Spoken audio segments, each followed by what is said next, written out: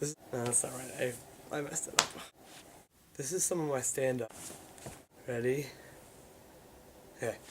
So I like when I'm getting ready to go home from school, and I'm walking to my bus, and I'm looking for my bus, and I can't find my bus. And then I find out that the bus broke down a few hours ago, so we have a replacement bus, and everybody's shouting, "Yeah, sub bus! Woo, substitute bus, sub bus!" And I'm like, "Sub bus, perfect! Now if a flash flood comes, we're ready. Alright, sub bus." My only concern is how they're going to get us into our houses with all the water.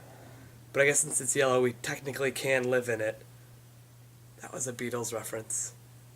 Later, I was riding the bus home, and I saw a sign, and it said speed limit 45. Come on, we're not cavemen.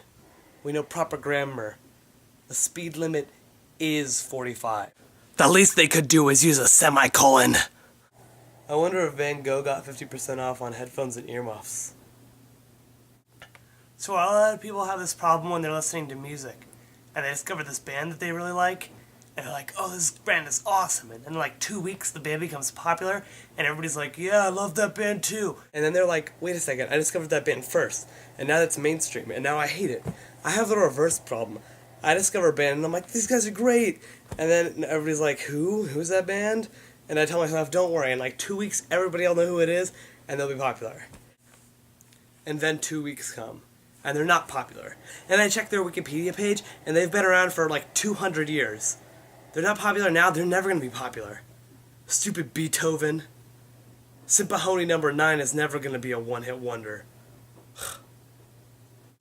So checking the mail is a weird thing, because sometimes you're really excited to do it, and sometimes you don't want to do it. For example, when I'm expecting good mail, I check the mailbox like all the time. Like every time I walk by it, I'm checking that mailbox. But when I'm expecting bad mail, I avoid my mailbox like it's a plate of licorice. You know, I hate licorice, so that's a good analogy for me. But if you like licorice, you could replace it. Anyway, what's really weird is when you're expecting good mail and bad mail at the same time, and every time you pass your mailbox, you're like, should I open it or not? And then you have this like great battle in your head, and then finally you decide to open it, and instead of seeing that letter that says, "Congratulations, you got the job," a bunch of snakes jump out and attack you. Or worse, you just find an envelope and you open it, and it's just filled with licorice. That just makes me angry. So sometimes I see people and they're trying to spell dinosaur names, but they can't do it because of all the silent letters. Like pterodactyl. Spell pterodactyl.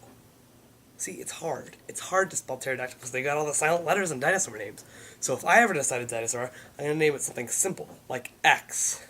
Except I wouldn't want it to get confused with the letter X because it's already used a lot in, like, you know, math and science and the alphabet. So I put an E in front of it, but then it would be EX, and people might get confused with an X like an ex-boyfriend or girlfriend. But depending on what kind of dinosaur you discover, they could be very similar. I mean, imagine them writing the next Jurassic Park movie.